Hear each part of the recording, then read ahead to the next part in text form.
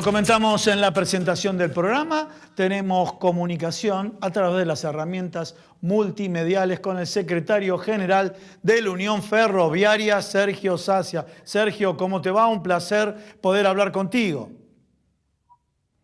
Hola, ¿cómo estás? Igualmente. Bueno, Sergio, preguntas siempre hay muchísimas, pero si tengo que manejarme con el día a día, el tema de las nuevas restricciones, donde sabemos que lo que se busca es controlar el transporte público y vos representás a un gremio de trabajadores de un sector tan sensible como son los trabajadores ferroviarios. Bueno, ¿qué primer abordaje podemos hacer con el tema de las restricciones, si la gente va a cumplir o no va a cumplir? Sí, nosotros venimos trabajando desde hace tiempo, monitoreando todo lo que está pasando con las autoridades de la empresa y con el Ministerio de Transporte. Nosotros en esto venimos advirtiendo, ejecutar y después monitorear eficazmente cada una de las decisiones que se están tomando para poder cumplir con el aislamiento y el distanciamiento social. Veníamos advirtiendo desde hace tiempo que había que reforzar fuertemente los controles de la seguridad pública, que son los que controlan realmente quiénes tienen o no el permiso, en este caso que ahora está acotado solamente a las trabajadoras y trabajadores esenciales. Este es el punto fundamental que tiene que darse, y no solo en las estaciones de destino que le decimos nosotros, como puede ser Constitución, 11 o Retiro, sino principalmente donde sube el usuario, en las estaciones de origen. Esto se está dando en los últimos días, se está realmente reforzando ese control que tiene que hacerse fuera de la estación, porque lo que nosotros decimos que los trabajadores ferroviarios no tienen ese poder de policía de decir quién sube y quién no sube, teniendo en cuenta las restricciones. Sí tenemos en ese sentido quienes pagan o no el boleto, pero solamente en eso. Bueno, eso advertimos que se está trabajando. Yo que era importante en esas estaciones de mucho aglutinamiento de usuarios tener la previsibilidad de poder articular ante cualquier eventualidad con micros para que también tengan otra opción de transporte. No tenemos que olvidar que también nuestros trabajadores y trabajadoras están expuestos y algunas veces se activa el protocolo, como pasó hace unos días en el ferrocarril Sarmiento, y eso hace que no salgan algunas formaciones o que se atrasen los trenes hasta poder reemplazar ese personal. Entonces hay que tener alguna herramienta alternativa en esta dirección que también se está complementando en estos días. Hay que seguir fomentando lo que es la aplicación de esta app nueva para reserva del lugar en el tren. Anduvo muy bien en el ferrocarril Mitre, Sí. se empezó a trabajar y a probar en el ferrocarril Sarmiento en esta semana, y lógicamente que no son las mismas realidades. En el Sarmiento viaja mucho más usuarios en estos días, pero también hay que seguir generando distintas herramientas para poder cumplir con este distanciamiento, que lógicamente en un servicio público de tanta afluencia de usuarios como es el ferrocarril, y con una oferta que es de 1/3 a la demanda que se tiene en una situación normal. Sí. ¿Qué quiere decir esto? En una situación normal, si va un trabajador o un usuario sentado y 3 parados en el horario pico. Sí. Si bien ahora está viajando un 20 o un 25% de usuarios en una situación normal, 20% en el horario dijiste. pico es donde hay que trabajar fuertemente. Dijiste 20-25%. Anda ahí dependiendo el horario y dependiendo de la línea. Pregunta que te hago. Sí. Más del 25%. Pregunta que te hago. En épocas normales, en el área de AMBA, si tenés algún número, ¿cuánta gente se trasladaba en tren? Y en época, por ejemplo, de trabajadores esenciales, ¿cuánto? En la medida que se abrió la cuarentena, ¿cuántos? ¿Y a cuántos estiman que tiene que bajar la gente que se va a trasladar por tren estos próximos 15 días en el área, en el AMBA? En la cantidad de usuarios que promedian en una situación normal, estamos hablando de diariamente 2 millones de pasajeros. 2 millones, bien.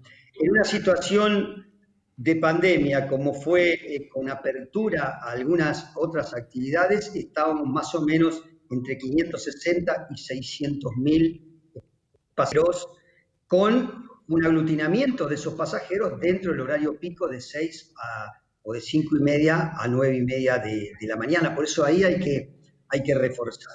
Claro. Nosotros entendemos que esto debería bajar, de esos 600.000 usuarios, debería bajar por lo menos un 20% si se refuerzan bien principalmente los controles de fuerza pública fuera de la estación, o sea, antes de que ingresen a la estación y a los usuarios, y también, lógicamente, que va de la responsabilidad de los usuarios, que los que no tienen el permiso como trabajador esencial, lógicamente que no vayan a tomar el tren, Sí. atendiendo también las dificultades que tienen, lógicamente, muchos de los ciudadanos y los argentinos que les cuesta muchísimo llegar a fin de mes y ven de qué manera pueden llegar a sus trabajos o a ganarse, llamémosle, la comida del día. Sergio, esto está pasando realmente y no podemos estar ajenos a eso. Totalmente, hacemos empatía con ellos. Más allá de los controles, hacemos empatía, el estado de necesidad de la gente que trabaja. Nosotros, los trabajadores de los medios de comunicación, ustedes, los trabajadores de trenes, que tenemos la posibilidad de trabajar, y esa gente que por la desgracia de la pandemia en el mundo, desgracia que no hay que argentinizarla, decir que es responsabilidad política, es una pandemia, es muy duro, ¿no? Y es muy duro también decirle a una persona, me imagino, los compañeros ferroviarios que le digan, no, mirá, vos no podés subir, y la persona le dice, yo tengo que ir a trabajar. Realmente debe ser una situación muy tensa y muy dura. Bueno, de acuerdo a lo que dijiste, el promedio que se calcula es de 400.000, 450.000 personas que se trasladarían en tren, ¿no es cierto? Bien. Ese es más o menos el promedio, lógicamente acentuado que prácticamente entre el 60-70% de ese promedio viaja en el horario pico a la mañana y también eso lo que es a la tarde. Nosotros planteamos, inclusive lo hicimos no solo ante el Ministerio de Transporte, sino ante la mesa chica de la CGT. Hicimos un análisis de por qué se da el horario pico, y creo que es sencillo. Todos sabemos que la inmensa mayoría de las actividades tienen su horario de ingreso del trabajador similar a las actividades. O sea, estamos hablando de la salud, estamos hablando de la seguridad pública, de la seguridad privada, del trabajador del supermercado, etcétera. Todos están en la misma línea. Por eso nosotros planteábamos estudiar esto y hacer un escalonamiento de las actividades, cosa de tratar de achicar ese pico y que se traslade a los horarios donde hay muy poca afluencia de usuarios. Nosotros tenemos trenes que van con el 5% ocupado, el 10%, o sea, 90% vacío. Entonces tenemos que buscar la manera de promediar eso para que el tren se llene más en los momentos donde va vacío, o sea, la gente se traslade a ese horario y poder achicar ese pico, que es lo que se genera y a veces se puede mostrar por televisión en algunos casos donde hay cierto aglutinamiento de pasajeros, de demanda de pasajes. Sergio, y el Ministerio de Transporte, con la propuesta que ustedes elevaron, me imagino, yo hablo en términos potenciales, me imagino que con la SUBE puede tener por lo menos un rango de cantidad de gente que se mueve de una terminal hacia otra. Yo me refiero para la pospandemia, ¿no es cierto? Trabajando con la idea que ustedes plantean, que es la idea de hacer un escalonamiento de horarios para que no se produzcan esos picos, ¿no?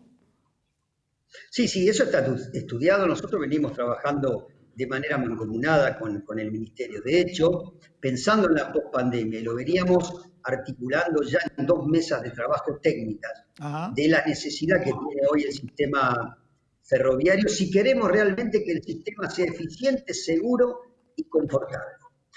Como yo le decía anteriormente, si solamente podemos tener una oferta de 1/3 de la demanda, acá hay que pensar un plan estratégico de inversiones en el sistema ferroviario. Por eso decimos que también, ante la desinversión que hubo principalmente en los 4 años anteriores del gobierno de Macri, es necesario declarar la emergencia ferroviaria nacional. ¿Qué quiere decir esto? Hacer el análisis de la situación del tema ferroviario hoy, que ya se hizo, ver dónde hay que hacer las inversiones en materia de infraestructura, de coches, de vagones, de seguridad, de sistema de frenos, que también se está trabajando con la Comisión Nacional de Regulación de Transporte, con la CNRT, declarar la emergencia ferroviaria y plantear a 3 años inversiones plenas para llegar a tener un servicio confiable, seguro y confortable para pasajeros y un servicio también confiable y seguro de cargas que permita desarrollar a Argentina, que permita también achicar el costo de logística que hoy estamos teniendo, que es grande, y que va a permitir también la generación de empleo directo ferroviario, pero también miles y miles de puestos de trabajo indirectos que forman parte también de la cadena de producción que tendría invertir en la infraestructura ferroviaria. Frente a esto, también estamos trabajando en el Ministerio de Transporte, desarrollar y presentarle al Congreso un proyecto nacional de desarrollo ferroviario integral, o sea, que se debata en el Congreso una política de Estado a 10 años en materia de poder concretar una ley que permita esa necesidad de inversiones plenas y continuas que tiene que tener el ferrocarril si queremos realmente que sea una herramienta de transporte para el desarrollo y para que cumpla la función social que todos cumplen el tema de transporte de pasajeros, ¿no? Sergio, como siempre, muy atento, muchísimas gracias por comunicarte con nosotros. No, gracias a ustedes y permitime un segundo destacar y resaltar nuevamente todo el trabajo, todo el sacrificio que están haciendo las compañeras trabajadoras y trabajadores ferroviarios que están siempre en la primera línea de batalla, que ojalá pronto estén con nosotros los compañeros y compañeras que están hoy, que han agarrado este coronavirus, y el saludo a la familia de los compañeros fallecidos que lamentablemente hoy no están con nosotros, ¿no? Así que muchas gracias. Bueno, hacemos empatía con todo lo que has planteado con respecto a los trabajadores.